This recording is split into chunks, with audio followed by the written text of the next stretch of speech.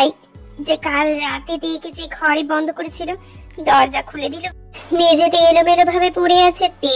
প্রথমে জাংকুক ভেবেছিল তে হয়তো ঘুমিয়ে আছে। কিছুক্ষণ তেকে ঝাঁকিয়েও যখন সাড়া পেল না, জাংকুক বুঝতে পারলো তে জ্ঞান হারিয়ে ফেলেছে। তেকে এই অবস্থায় দেখে জাংকুকের হার্টবিট বেড়ে গেল।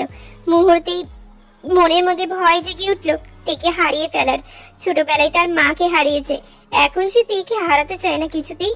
জাংকুক আর 1 মিনিটও সময় নষ্ট না করে তেকে কোলে তুলে নিয়ে হসপিটালের উদ্দেশ্যে রওনা হয়। হসপিটালে তের হাত ধরে বসে আছে জাংকুক। অন্ধকারে একা ভয় পেয়ে জ্ঞান হারিয়েছিল তে। ডাক্তার চেক আপ করে মেডিসিন দিয়েছে। জাংকুক ধীরে ধীরে তের চুলে বিলি কেটে দিচ্ছে, হাত বুলিয়ে দিচ্ছে।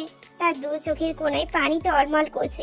এই পানির মধ্যে অপরাধ বোধ কাজ করছে, আর তেকে ফিরে পাওয়ার সুখ মেশানো আছে। অতীতের ক্ষতটা ভোলা সম্ভব নয়, তার জন্য কিন্তু নতুন ভাবে শুরু করতে চাই সে। তে চোখ মেলে তাকাতে নিজেকে হসপিটালে আবিষ্কার করতে খানিকটা অবাক হলো, তবে জানতো এমন কিছুই হবে। একা অন্ধকার আবদ্ধ ঘরে ভীষণ ভয় লাগে তের। এর আগেও একবার জ্ঞান হারিয়ে ফেলেছিল। তারপর থেকে অবশ্য যথেষ্ট সাবধানতা অবলম্বন করে চলে তে। মাথাটা একটু উঁচু করতেই তে জাংকুককে দেখলো যে জাংকুক তের মাথার কাছে বসে আছে আর হাত থেকে শক্ত করে ধরে আছে। এক রাশ ঘৃণা এসে ভর করেছে তের মনে। তার মতো একটা অমানুষকে নিজের এতটা কাছে কিছুতেই মানতে পারছে না। ডাক্তার এসে চেক করে গেল তেকে। জাংকুকে দেখে মনে হচ্ছে সে কিছু একটা বলতে চাই, কিন্তু এই মুহূর্তে তার কোনো কথা শোনার ইচ্ছেটাও নেই বিন্দু মাত্র আমার। তে একটু সুস্থ হলে জাংকুক তেকে বাড়িতে নিয়ে আসে, এমনকি কোলে করে ড্রয়িং রুম পর্যন্তও নিয়ে আসে। কিন্তু ড্রয়িং রুমে এসে লাল বেনারসি পরিহিত জিমিনিকে দেখে অবাক হয়ে যায় জাংকুক। মনে হচ্ছে সে কোনো নতুন বউ। জিমিনকে এই রূপে দেখে হতভম্ব হয়ে তাকিয়ে আছে জাংকুক। এইসব কি জিমিন? যা দেখছো সেটাই সত্যি ভাইয়া। কি বলতে চাইছিস তুই? আমি আর বোগাম পালিয়ে বিয়ে করেছি ভাইয়া, বাবাকে এখনো বলিনি, তোমাকে সবার আগে জানালাম। জাংকুক জিমিনের উপর রাগ সামলাতে না পেরে সজোরে একটা চড় বসিয়ে দেয় জিমিনের গালে। চড়টা এতটাই জোর ছিল যে সেই সপ্তাহে কেঁপে ওঠে তেও, আর জিমিন তো ছিটকে মেঝেতে পড়ে। এই মুহূর্তে হিংস্রতা ফুটে উঠেছে জাংকুকের চোখে মুখে। তুই এই কাজটা কিভাবে করতে পারলি জিমিন? শেষ পর্যন্ত কিনা তুই এই বুগামকে বিয়ে করলি, তাও পালিয়ে। তুই জানিস বাবা জানতে পারলে কতটা হার্ট হবে? তুমি তো বাবাকে মানোই না ভাইয়া, তাহলে আজ কেন বাবার প্রতি এতটা ভালোবাসা উথলে উঠছে তোমার? Just shut up Jimin, don't give me a lame excuse. এই বোগাম আমাদের বিজনেস রাইভাল, তুই কিনা তার সাথে? ছি ভাইয়া, বোগাম আমাদের শত্রু করেও আমি তাকে ভালোবাসি। তুই নিজের ভালোবাসায় অন্ধ হয়ে গিয়ে আমাদের সম্মান ধুলোয় মিশে দিয়েছিস জিমিন। একটা বারো ভেবে দেখেছিস বাবা জানতে পারলে তার কি অবস্থা হবে? জিমিন আর জাংকুকের কথার মাঝে তেই বলে ওঠে, আপনার বাবারও সেই একই অবস্থাই হবে যা আপনার নানার হয়েছিল, কিন্তু তফাৎটা হলো আপনার মা বিয়ের আসর থেকে পালিয়ে গিয়েছিল। হাজারটা মানুষের সামনে জানাজানি হয়েছিল যে কোনে বিয়ের দিনই প্রেমিকার হাত ধরে পালিয়েছে। জাংকুক রক্তচক্ষু নিয়ে তের দিকে তাকাই। আমি বলছি না আপনার মা খারাপ ছিল, আমি বলছি যে পরিস্থিতিতে আজ আপনি আর আপনার বাবা আছেন, একই পরিস্থিতিতে তখন আমার দাদাজান আর আমার বাবা ছিল। অবশ্য তাদের পরিস্থিতিটা আরো গুরুতর ছিল। জাংকুক কিছু একটা বলতে গিয়েও থেমে গেল। প্রচন্ড রাগের মধ্যে হঠাৎ অনেক চিন্তা এসে ভর করলো জাংকুকের মাথায়। সেদিন ফুপি আম্মুর পালিয়ে যাওয়াতে অপমানে বোঝা সহ্য করতে না পেরে দাদাজান হার্ট অ্যাটাক করে। আপনি নিজের বিবেক থেকে বলুন তো, নিজের বাবাকে হারানোর পর আপনার মামা যেটা করেছেন সেটা কি অন্যায় ছিল? হয়তো সেদিন ফুপি আম্মুর অপমানের মাত্রাটা একটু বেশি ছিল, কিন্তু তার মনের রাগটা যুক্তিযুক্ত ছিল। আর আপনার মামা যান মানে আমার বাবাও বুঝতে পারেননি সেদিন তার বলা কথাগুলোর জন্য ফুপি আম্মু আত্মহত্যা করবে। আপনার ঘৃণার ভিত্তি আছে জাংকুক। ফুপি আমার মৃত্যুর জন্য কোনো না কোনো ভাবে আমার বাবাই দায়ী, কিন্তু আপনার প্রতিশোধটা ভিত্তিহীন। বিশ্বাস করুন, যা হয়েছে সেটা কেউই চায়নি। জাংকুক তের কথায় এক দণ্ড ভেবে ধপ করে সোফায় বসে পড়লো। তে ল্যান্ডলাইন থেকে কাউকে একটা ফোন করলো। তারপর দেখে জাংকুক এখনো আগের মতোই বসে আছে। তার 2 চোখ দিয়ে গড়িয়ে পড়ছে পানি। এই পানিগুলোর কারণ তার জানা নেই, হয়তো 19 বছর আগের ভুল ধারণাটা ভেঙে গেছে। শিশু মনের ধারণা করা মায়ের মৃত্যুর চিত্র যেন ধীরে ধীরে পাল্টে যাচ্ছে। তের চোখে ইশারায় জিমিন উপরের ঘরে চলে গেল আর বুগাম সেখান থেকে বেরিয়ে গেল। জাঙ্কুকের কাঁধে তে হাত রাখতে আচমকা জাঙ্কুকের কোমর জড়িয়ে ধরে। জাঙ্কুকের এমন জড়িয়ে ধরায় অনেকটা হকচকিয়ে গেল তে। কাঁধে হাত রাখার উদ্দেশ্য ছিল জাঙ্কুকে সান্ত্বনা দেওয়া, তার ভুল ধারণাটা ভাঙা অনেক দরকার ছিল। কিন্তু পরক্ষণেই মনে হলো তের পেটের দিকটা ভিজে যাচ্ছে। খেয়াল করে দেখলো জাঙ্কুক কাঁদছে। কিছুক্ষণ আগে এই মানুষটার উপর আমার ভীষণ ঘৃণা ছিল, কিন্তু তার চোখের পানিগুলোতে সব কেমন যেন গুলিয়ে গেল। আমার বুকের ভেতরটা ছিনছিনে ব্যথা অনুভব করছি। জাঙ্কুকের কান্নার মাঝে কেঁপে কেঁপে উঠছে, তার কম্পন যেন আমাকে আরো বেশি অস্বস্তিতে ফেলে দিচ্ছে। জাঙ্কুকের ওপর আসা এই নিষিদ্ধ আবেগগুলো আমি প্রশ্রয় দিতে পারবো না। যেই উদ্দেশ্যে আমি এখানে এসেছিলাম সেই উদ্দেশ্যের সফলের পথে এখন আমার দুর্বল হওয়া চলবে না। জাঙ্কুক এক পর্যায়ে কাঁদতে কাঁদতে বলে ওঠে, অনেক ছোট ছিলাম যখন আম্মু মারা যায়। এক দরজার বাইরে দাঁড়িয়ে শুধু দেখেছিলাম আব্বুর ঝুলন্ত লাশটা।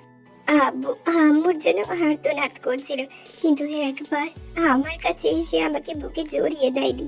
সেই থেকে শুরু হয় আমার একা থাকার যাত্রা। আম্মু ছেড়ে চলে যাওয়ার পর একা হয়ে পড়ি আমি, আর বাবা থাকতেও যেন বড় হয়ে যায়। মাসের পর মাস বাবার চেহারাটাও দেখতে পেতাম না। একাকিত্ব আমাকে জাঁকড়ে ধরতো, মানসিকভাবে ক্ষতিগ্রস্ত হয়ে পড়ি। আর এইসবের কষ্টের মাঝে মামাকেই দায়ী করি। তোমাকে দেখে ভেবেছিলাম তোমাকে কষ্ট দিয়ে তো বছর কষ্টগুলো ধুয়ে মুছে ফেলবো, কিন্তু কত বড় বোকা ছিলাম আমি। দেখো, অন্যকে কষ্ট দিতে গিয়ে নিজের সুখ খুঁজতে গিয়েছিলাম আমি। জাঙ্কুকের কথাগুলো আমার বুকের মধ্যে তীরের মতো বিঁধছে। কেন যেন তার কষ্টগুলো আমাকেও কাঁদাচ্ছে। সত্যি চোখ দিয়ে পানি পড়ছে। আচ্ছা, এইসবের কারণ কি? জাঙ্কুকের কষ্টে কেন এত কষ্ট হচ্ছে আমার? তুমি কি আমাকে ক্ষমা করবে তোমার সাথে এত অন্যায় করার জন্য? তুমি আমাকে ক্ষমা না করলে আমার আর কিছুই অবশেষ থাকবে না। তে কি করবে বুঝে উঠতে পারছে না, এখন ওভাবেই কেটে যাচ্ছে। এদিকে বাবার সাথে দেখা করানোটাও জরুরি। আপনি কি আমার সাথে আমার বাড়িতে যাবেন? পুরনো সবকিছু ভুলে নতুন ভাবে সম্পর্কগুলো শুরু করার একটা চেষ্টা করবেন। বাবা আপনাকে দেখলে ভীষণ খুশি হবেন। চলুন না একবার আমার সাথে প্লিজ, বাবা আপনার জন্য অপেক্ষায় আছেন। জাঙ্কু কিছু একটা ভেবে তের সাথে বেরিয়ে পড়লো। গাড়িতে তে ড্রাইভিং সিটে বসলো। জাঙ্কু বেশ অবাক হয়, তার থেকেও বেশি অবাক হয় তে যখন বেশ ভালো ড্রাইভ করছে সেটা দেখে। সারা রাস্তা জাঙ্কুক অবাক হয়ে তাকিয়েছিল তের দিকে। তে যেন তার জীবনে কোনো এক এঞ্জেল হয়ে এসছে, একটা মৃদু হাওয়ার মতো জীবনে এসে সমস্ত ঝড় পাল্টে দিয়েছে। শত অপরাধের মাঝেও একটা ম্লান হাসি ফুটে উঠলো জাঙ্কুকের ঠোঁটে। গাড়ি এসে থামে বিশাল বড় একটা বাড়ির সামনে। গাড়ি থেকে নেমে জাঙ্কুক জিজ্ঞাসু দৃষ্টিতে তের দিকে তাকিয়েছে, হয়তো বোঝার চেষ্টা করছে এটা কার বাড়ি।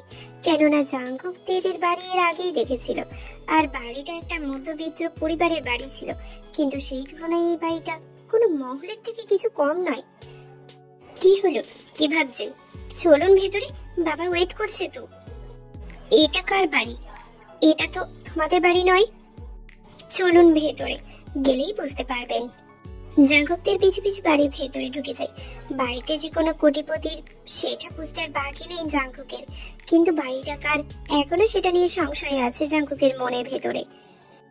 জেনি, মিস্টার জাঙ্কুককে বাবার ঘরে নিয়ে যাও। আই হোপ বাবা মিস্টার জাঙ্কুককে দেখলে খুশি হবেন। জি আব্বু, স্যার ভীষণ খুশি হবেন। ইনফ্যাক্ট স্যার আপনাদের জন্য ওয়েট করছিলেন। তুমি মিস্টার জাঙ্কুককে নিয়ে যাও, আমি আমার ঘরে যাচ্ছি। আমি অনেক ক্লান্ত, একটু বিশ্রামের প্রয়োজন আমার। জাঙ্কুক এখনো আরো বেশি অবাক হলো। তে আর জেনিকে সেদিন বোন ভেবেছিল, কিন্তু এখন তের বাবাকে স্যার কেন বলছে? এই ভাবতে ভাবতে মিস্টার জিহুপের রুমে গেল জাঙ্কুক। এসো জাঙ্কুক, বসো। জাঙ্কুকের মনের মাঝে সংকোচ নেমে আসছে। আমি কি বলবো ভেবে পাচ্ছি না। তোমার কিছু বলতে হবে না জাঙ্কুক, আমি তোমার সাথে অনেক আগে থেকে দেখা করতে চাচ্ছিলাম। আমার উদ্দেশ্য খারাপ ছিল না, আমি তোমার কাছে ক্ষমা চাওয়ার জন্যই তোমার সাথে দেখা করতে চেয়েছিলাম। জিনকে বাড়ি থেকে বের করার সময় একবারের জন্য বুঝিনি জিন নিজের জীবন দিয়ে দেবে। এত বছর আমি ভুল ভেবেছিলাম যে জিন আমার কথায় অভিমান করে ফিরে আসেনি। কিছুদিন আগেই আমি জানতে পারি আমার ছোট বোনটা আর বেঁচে নেই। জিনকে আমি সন্তানের মতো মানুষ করেছিলাম। ছোট বোন হিসেবে যতটা আদর পাওয়া না ছিল, হয়তো তার থেকে বেশি ভালোবাসতাম। এই জন্য জিনের পালিয়ে যাওয়াটা আমায় কষ্ট দিয়েছিল। নিজের কষ্টটা আমি একসময় ভুলে গেলেও বিয়ের আসরে বাবার মৃত্যুটা ভুলতে পারিনি। বাবার শোকে মাও কিছুদিন পর ছেড়ে চলে যায়। অনেক একা হয়ে পড়ি আমি। আমাকে সামলানোর জন্য কেউ ছিল না। আর এই একাকিত্বের জন্য দায়ী করছিলাম জিনকে। জিনের মৃত্যুটা শুনে মনে হয়েছিল কেউ আমার কলিজায় ছুরি ঢুকিয়ে দিয়েছে। অথচ দেখো, আমার কলিজার টুকরার মৃত্যুর খবরটা আমি 18 বছর পর পেয়েছি। জিনের মৃত্যুর খবরটা আমাকে যতটা বেশি কষ্ট দিয়েছে তার থেকেও বেশি কষ্ট পেয়েছি এটা জানার পর যে জিন আমার জন্য আত্মহত্যা করেছে। কথাটা জানার পর আমি নির্বাক হয়ে গিয়েছিলাম। আমার কলিজার টুকরোর মৃত্যুর জন্য আমি দায়ী। এর চেয়ে বড় কষ্ট হয়তো এই পৃথিবীতে আর কিচ্ছু হতে পারে না। আমি তোমাকে 1 বছর ধরে খুঁজেছি শুধু ক্ষমা চাওয়ার জন্য। একবার তোমার কাছে গিয়েছিলাম, কিন্তু তুমি আমাকে কিছু বলার সুযোগ না দিয়ে অপমান করে বের করে দিয়েছিলে। আমাকে ক্ষমা করবেন মামা, আমি আমার জন্য আপনাকে অনেক ঘৃণা করে এসেছি। ভেবেছি আপনি দায়ী আমার মৃত্যুর জন্য, কিন্তু আজ আমার সেই ভুল ধারণা ভেঙে গিয়েছে। ক্ষমা তো আমার চাওয়া উচিত, আর তোমার করা ব্যবহারে আমি কষ্ট পাইনি। উল্টে আমার একটা ভুলের জন্য তুমি এতগুলো বছর ধরে কষ্ট পেয়ে আসছো। আমরা কি সব ভুলে আবার নতুন করে শুরু করতে পারি না মামা? সব ভুলে নতুন করে শুরু করবো বলেই তো এত জল্পনা কল্পনা করা হয়েছিল। মানে থেকে আমিই পাঠিয়েছিলাম তোমার কাছে। অবশ্য প্ল্যানিংটা আমার একার পক্ষে সম্ভব ছিল না। তোমার বাবা নামজুনও ছিল আমার সাথে। নামজুনই আমাকে বুদ্ধিটা দিয়েছিল থেকে তোমার অফিসে তোমার বিয়ে বানিয়ে পাঠানোর জন্য। তোমার সাইকিয়াট্রিস্টের হেল্পের প্রয়োজন ছিল, কিন্তু তুমি সেই হেল্প নাওনি। এর জন্য তেকে তোমার কাছে পাঠানো। তে তোমার প্রতিটা কাজের হিসেব ডাক্তারকে দিত, আর ডাক্তারের প্রেসক্রাইব করা মেডিসিনগুলো তোমাকে তে দিত। তে প্রথমে এসব করার জন্য রাজি ছিল না। আমার কসম দিয়ে ওকে রাজি করিয়েছিলাম। ভেবেছিলাম তোমার ট্রিটমেন্ট হতে থাকলে তুমি অনেকটা স্বাভাবিক হয়ে উঠবে, আর একবার সুস্থ হয়ে উঠলে তোমাকে সব বলে দিয়ে ক্ষমা চেয়ে নিতে চেয়েছিলাম। আমি জানি জাঙ্কুক, আমরা যা করেছি সেটা তোমার প্রতি অন্যায় হয়েছে। এইভাবে মিথ্যে বলে ছলনা করে তোমাকে কষ্ট দিয়েছি। সরি বাবা, অতীতের ভুল আর এখন করা সব অন্যায়ের জন্য আমাকে ক্ষমা করে দাও। জাঙ্কুকের চোখ থেকে এখনো পানি পড়ছে। বাকরুদ্ধ হয়ে গেছে সে। তের সাথে কাটানো সময়গুলো নাটক ছিল ভাবতে কলিজা কেঁপে উঠছে তার। জাঙ্কুকের অজানা ভয় কাজ করছে তেকে হারানোর। মিস্টার জেহব এবার জাঙ্কুককে জড়িয়ে ধরে। তার বোনের শেষ স্মৃতিটাকে যে কোনো মূল্যে সে আগলে রাখবে। মামা ভাগ্নে আবেগে সমুদ্রে ভাসছিল। পেছন থেকে তে গলা খাকারি দিয়ে বলে ওঠে, উফ বাবা, আবার শুরু করে দিয়েছে তোমার কানাকাটি। এই তোমার কানাকাটি থামানোর জন্যই তো এত কিছু করেছিলাম। জাঙ্কুক তের দিকে তাকিয়ে হতভম্ব হয়ে যায়। তের পরনে শাড়িটা সে অনেক আগেই পাল্টে নিয়েছে। একটা হোয়াইট টি শার্ট আর শর্টস পরেছে। এই পোশাকে তেকে অনেক বেশি আলাদা লাগছে। সরি রে মা, বুড়ো বয়সে আবেগটা বেড়ে যায়। জাঙ্কুক, তুমি তের সাথে যাও। তোমার ঘরটা তে তোমাকে দেখিয়ে দেবে। আজ থেকে তুমি আমাদের সাথেই থাকবে। কোনো না শুনছি না। এতদিন তো একাই ছিলে, কয়েকটা দিন না হয় আমার সাথেই থাকো। বাবা, তুমি রেস্ট নাও, আমি মিস্টার জাঙ্কুককে নিয়ে যাচ্ছি, চলুন। তে মিস্টার জিহুপের কাছ থেকে একটু দূরে গিয়ে তারপর বলে, আসলে আপনাদের বাড়িতে আমাদের একসাথে থাকার কথাটা কাউকে বলবেন না প্লিজ। বাবা বা বুগাম জানতে পারলে। আমি চাই না বাবা বা বুগাম এই ব্যাপারে কিছু জানুক। বুগামকে বলেছিলাম আমি আপনার বাসায় ছিলাম। বুগাম, তার সাথে তোমার কি সম্পর্ক? তে কিছু বলতে যাবে তার আগে তের ফোনে একটা কল আসে। তে ওপরে চলে যায় আর জাঙ্কুককে নিজের রুমটা দেখিয়ে দিয়ে চলে যায়। জাঙ্কুক নিজের রুমে গিয়ে ফ্রেশ হয়ে তারপরে একসময় এসব ভাবতে ভাবতে কয়েকটা সিগারেট টেনে তারপর শুয়ে পড়ে। একসময় ঘুমিয়েও যায়। পরের দিন সকালে ডাইনিং টেবিলে বসে আছে সবাই। জেহব আর জাঙ্কুক অপেক্ষা করছে তের আসার। ঠিক তখনই তে ডাইনিং টেবিলে এসে উপস্থিত হয়। তে হোয়াইট জিন্স সাথে ব্লু লেডি শার্ট পরে আছে, হাতে ব্র্যান্ডেড রিস্ট ওয়াচ, পায়ে হিল। দেখতে কোনো মডেলের থেকে কম লাগছে না, কিন্তু তেরি সৌন্দর্য চোখে পড়ছে না জাঙ্কুকের। জাঙ্কুকের চোখে পড়ছে তের ছোট করে দেওয়া চুলগুলো। কাল রাতেও চুল কোমর অব্দি ছিল, আর এখন সেটা কাঁধ অব্দি। তে চুল কেটে ফেলে প্রচন্ড রাগ হলো জাঙ্কুকের। তে চুলগুলো জাঙ্কুককে তার দিকে টানতো, আর সে কিনা হাত মুষ্টিবদ্ধ করে জাঙ্কুক নিজের রাগ কন্ট্রোল করার চেষ্টা করছিল। ঠিক তখনই সেখানে আসে বোগাম। বোগাম এসে তেকে সবার সামনে জড়িয়ে ধরে।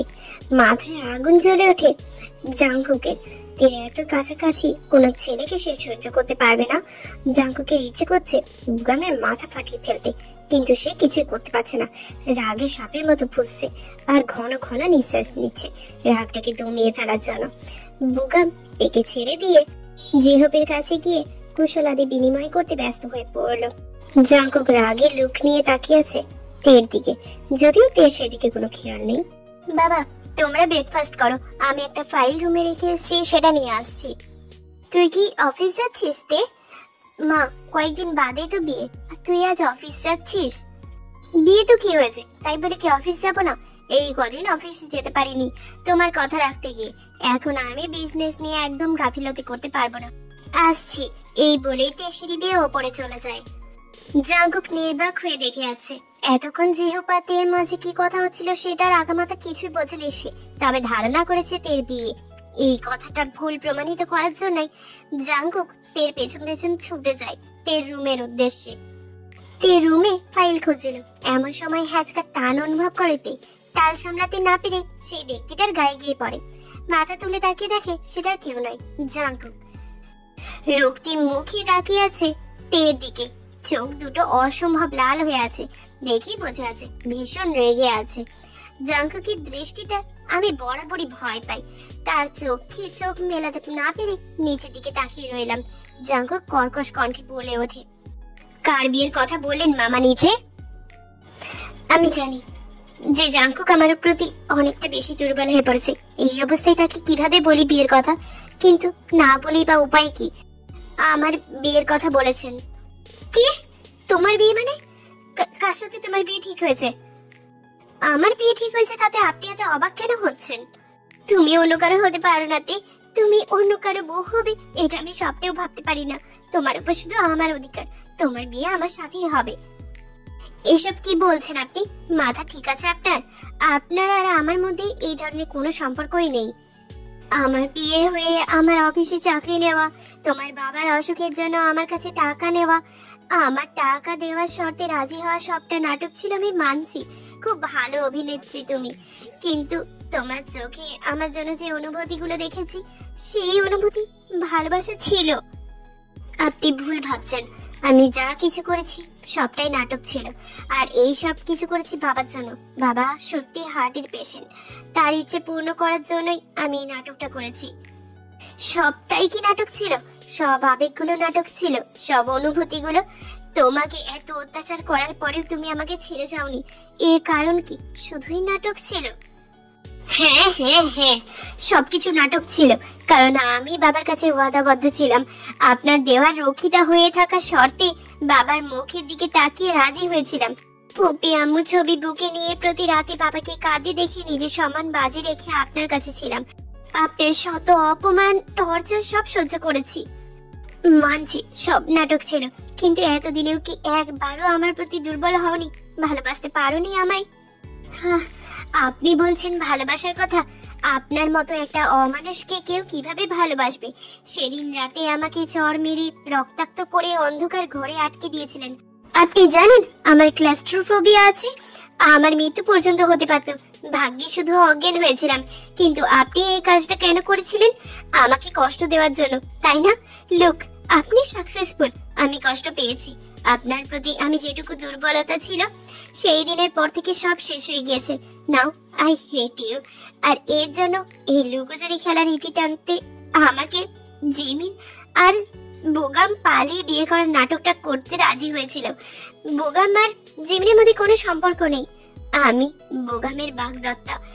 আমার আর বোগামের বিয়ে হবে কিছুদিনের মধ্যেই। তে বিশ্বাস করো, সেদিন আমি তোমার কাছে আমার আগে সব করা কাজের জন্য ক্ষমা চেয়ে প্রপোজ করতেই এসেছিলাম, কিন্তু ঘরের ভেতর থেকে ওই ছেলেটাকে দেখে আর তোমাকে ওই অবস্থায় রেখে নিজের রাগ কন্ট্রোল করতে পারিনি। I don't trust you. আর এমনিতেও আমার আর বোগামের বিয়েটা ফাইনাল হয়ে গিয়েছে, তাই এসব বলে কোনো লাভ নেই। আই ডোন্ট কেয়ার তে তোমার বিয়ে কার সাথে ঠিক হয়েছে, আমি শুধু জানি কবুল তুমি আমার সাথেই পড়বে। আর এই শুধু জাঙ্কুকের, তোমাতেই আমি নিজেকে খুঁজে পেয়েছি, এখন তোমাকে হারিয়ে বাঁচবো কিভাবে? উফ, আপনার এইসব কথা আমি সহ্য করতে পারছি না। প্লিজ আপনি দূরে যান এখান থেকে। তে একটু দূরে সরে যেতে নেবে, ঠিক এমন সময় জাঙ্কুক তের চুলের মুঠি ধরে পেছন দিক থেকে টেনে নিজের কাছে আনে। রাগে তো জাঙ্কুকের চোখ মুখ লাল হয়ে আছে। কিছুদিন আগের জাঙ্কুক হলে এতক্ষণে হয়তো ভয়ঙ্কর কিছু করে ফেলতো। দাঁতে দাঁত চেপে নিজের রাগ নিয়ন্ত্রণ করছে জাঙ্কুক। এই জীবন জাঙ্কুক যা চাই তা পেয়েই তবে স্বস্তির নিঃশ্বাস নেয়। আর তুমি তো আমার ভালোবাসা, তোমাকে এত সহজে কিভাবে অন্য কারোর হতে দি বলো? তোমাকে আমার করে পেতে যদি দুনিয়া উল্টে ফেলতে হয় সেটাই করব। ছাড়ুন আমাকে, লাগছে। এই আপনার ভালোবাসার নমুনা, আপনি আবারও আমাকে কষ্ট দিচ্ছেন।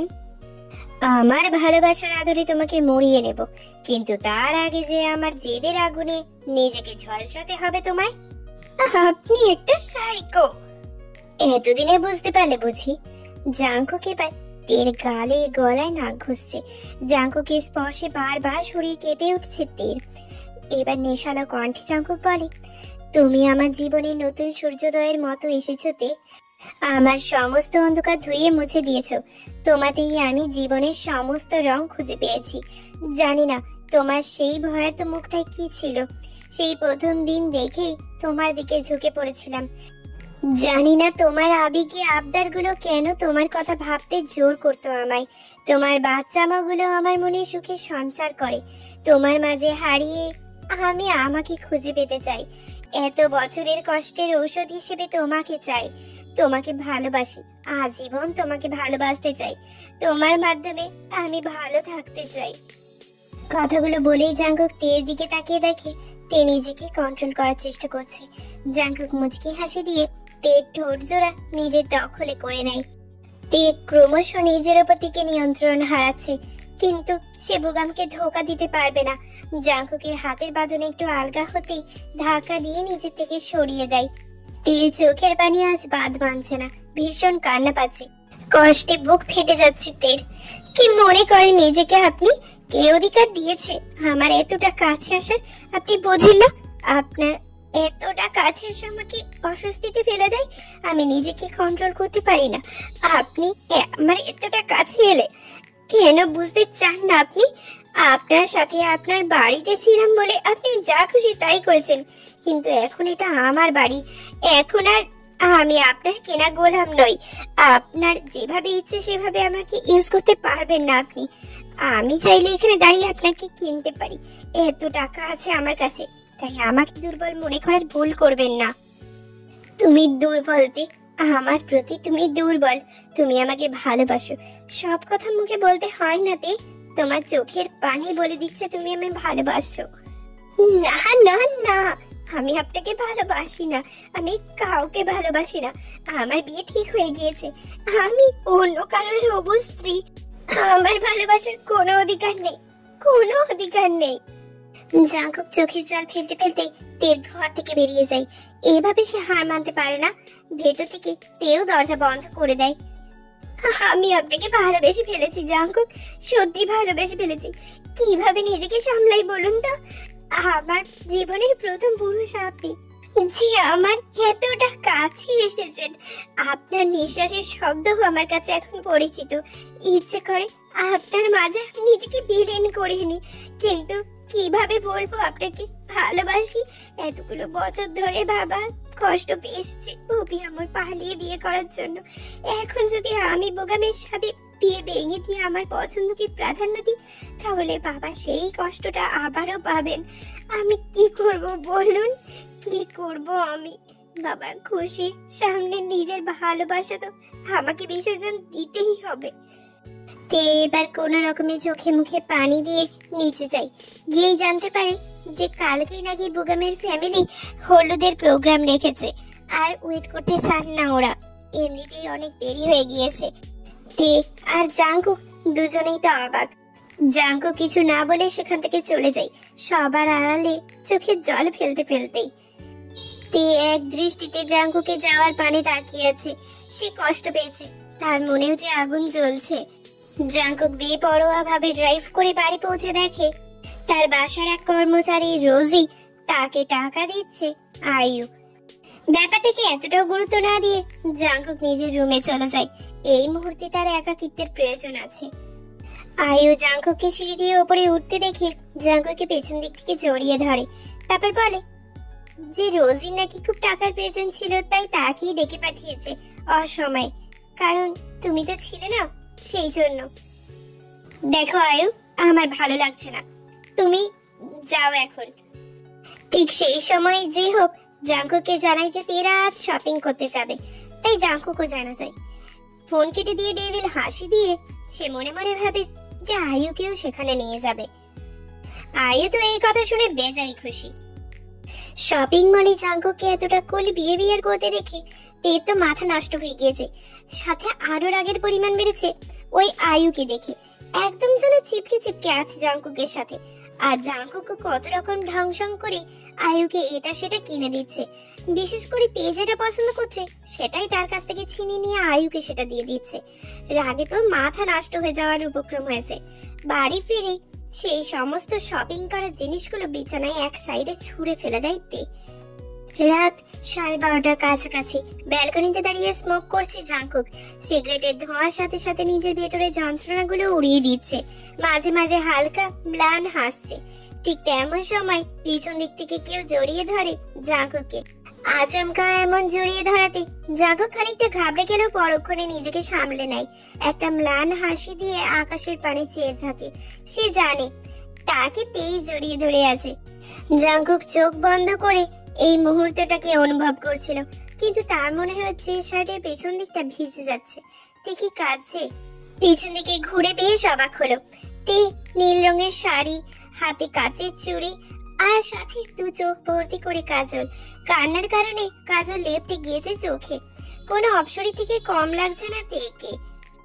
জাঙ্কুকের ইচ্ছে করছে সব সময় এখানেই থমকে যাক আর এই পরীটাকে দু চোখ ভরে দেখুক। এত রাতে তোমার এখানে এভাবে আসা ঠিক হয়নি তে, চলে যাও। চলে যাব? কি বলছো এসব তুমি? তুমি তো বলেছিলে আমাকে ভালোবাসো, আমি তোমার হব। তাহলে কেন তুমি ওই আয়ুর এতটা কাছাকাছি যাচ্ছ? তুমি কি বুঝতে পারো না তোমার সাথে অন্য কোনো মেয়েকে দেখতে আমার কষ্ট হয়? এইসব কথার কোনো মানে নেই। এখান থেকে চলে যাও। কালকে তোমার হলুদের ফাংশন, পরশু বিয়ে। কেউ যদি তোমায় এত রাতে আমার সাথে দেখে ফেলে তাহলে খারাপ ভাবতে পারে। যাও। কে কি ভাবলো আই ডোন্ট কেয়ার। এতদিন তো খুব ভালোবাসার গান খাইছিলে, এখন কি হলো তোমার? এইসব কথা কেন বলছো? ওই যে এতদিন আবেগে ভাসছিলাম, আজকে বাস্তবতা বুঝে গেছি। বাস্তবতা মাই ফুট।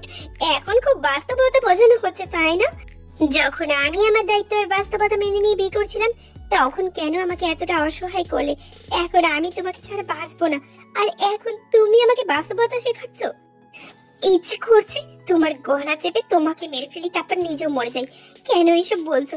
দেখো আমি শাড়ি পরেছি, তোমার পছন্দের শাড়ি, কাচের চুড়ি, কাজল দিয়ে নিজেকে সাজিয়েছি। প্লিজ অভিমান ভুলে যাও, প্রমিস। আর কখনো চুল কাটবো না, তোমার জন্য চুল সব সময় বড় রাখবো। তবুও এমন করো না, আমি সহ্য করতে পারছি না।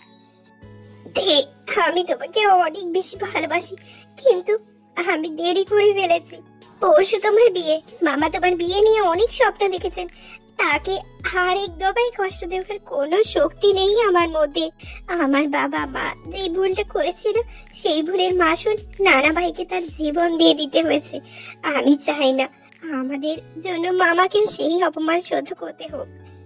চলে যাওতে নতুন বইয়ের চোখে নিচের কালো দাগ ভালো লাগবে না। জাঙ্কুক আর কিছু করার সুযোগ না দিয়ে তেকে রুম থেকে বের করে দিয়ে দরজা বন্ধ করে দিলেন। তে অনেক দরজা ধাক্কিয়েও জাঙ্কুকে দরজা খুলতে পারেনি। ওখানেই বসে বসে কান্না করতে লাগে। কখন যে চোখ জোড়া লেগে যায় তে নিজেও টের পায় না। সবার অলক্ষ্যে এই সমস্ত ঘটনা দেখেন মিস্টার নামজুন। জাঙ্কুকের আব্বু। হয়তো তিনি ভাবছেন তার করা একটা ভুলের জন্য আজ তার ছেলে মেয়ে দুটো কষ্ট পাচ্ছে। এতটা কষ্ট কি করে সহ্য করবে সে নিজেও। হলুদের অনুষ্ঠানে ঠিক আগের মুহূর্তে ছাদে দাঁড়িয়ে আছে জাঙ্কুক আর তের সামনে, গালে হাত দিয়ে আয়ু। সো আয়ু, নিজের মুখে কুকীর্তিগুলো বলবে নাকি আমাকে বলতে হবে? I am sorry Jungkook, I am sorry. তে, তুমি আর তে একসাথে এক ঘরে থাকার ব্যাপারটা আমি সহ্য করতে পারিনি। তুমি শুধু আমার। জাঙ্কুক, তোমার অন্য কারোর সাথে থাকা আমি কিভাবে মানতাম বলো? তাই তো রোজ গিয়ে টাকা দিয়ে তের খাবারে ঘুমের ওষুধ মিশিয়ে দিয়েছিলাম। তোমার সাথে বাসা থেকে বের হওয়ার আগে আমি আমার ভাড়া করা গুন্ডাকে বলে দিয়েছিলাম তোমার সামনে তেকে ক্যারেক্টারলেস প্রমাণ করবে। এই জন্যই এত কিছু ছিল। জাঙ্কুক আয়ুকে আরেক গালে থাপ্পড় মারে, টাল সামলাতে না পেরে নিচে বসে পড়ে। আয়ুকে চড় মেরে কি নিজেকে ধোয়া তুলসী পাতা প্রমাণ করতে চান? আয়ু তো শুধু আমার ঘরে ছেলেটাকে পাঠিয়েছিল কারণ সে আমাকে ঘৃণা করত। আর আপনি আপনি তো আমাকে ভালোবেসেও আমাকে বিশ্বাস করতে পারেননি। ভালোবাসার ভিত্তিই যেখানে বিশ্বাস, সেখানে আপনি তো আমাকে বিশ্বাস করতেই পারেননি। ওই আয়ু তো তবু নিজের ভালোবাসাকে আপন করে পাওয়ার চেষ্টা করেছে। আপনি আপনি তো নিজের ভালোবাসাকে দান করতে বসেছেন। তে, তুমি আমাকে ভুল বুঝছো। আমার কথাটা তো শোনো। কি শোনাবেন? আর এই যে বিয়ের পর বুগামকে কিভাবে সুখে রাখবো, আপনার আর কোনো কথা আমি শুনতে চাই না। এই বলে তে সেখান থেকে চলে যায়। তেকে কোণে বেশে সাজিয়ে বিয়ের আসরে বসিয়ে দিয়ে গেছে সবাই। তে মাথা তুলে দেখছে সবাইকে। তার বাবা, নামজুন আঙ্কেল, জিমিন, সবার মুখে দেখে বোঝা যাচ্ছে তারা কতটা আনন্দ করছে। এত ভিড়ের মধ্যেও তের দু চোখ শুধু জাঙ্কুকে খুঁজছে। শেষবারের মতো দু চোখ ভরে তাকে দেখার ভাগ্য কি আর হবে না? কান্না করতে করতে তের ধ্যান ভাঙলো কাজী সাহেবের কথায়। যখন কবুল বলতে বলা হয় তখন অসম্ভব শক্তি জোগাড় করে উঠে দাঁড়িয়ে তারপর চেঁচিয়ে বাবার উদ্দেশ্যে বলতে শুরু করে, আমি বিয়ে করতে পারবো না বাবা, আমাকে ক্ষমা করে দাও। আমি পারবো না, আমার ভীষণ কান্না পাচ্ছে, কিছুতেই কান্না থামাতে পারছি না। এইসব কি বলছিস তে? বিয়ে করতে পারবি না মানে? আমি পারবো না বাবা, আমাকে ক্ষমা করে দাও। আমি অন্য কাউকে স্বামী হিসেবে মেনে নেওয়া আমার পক্ষে সম্ভব না।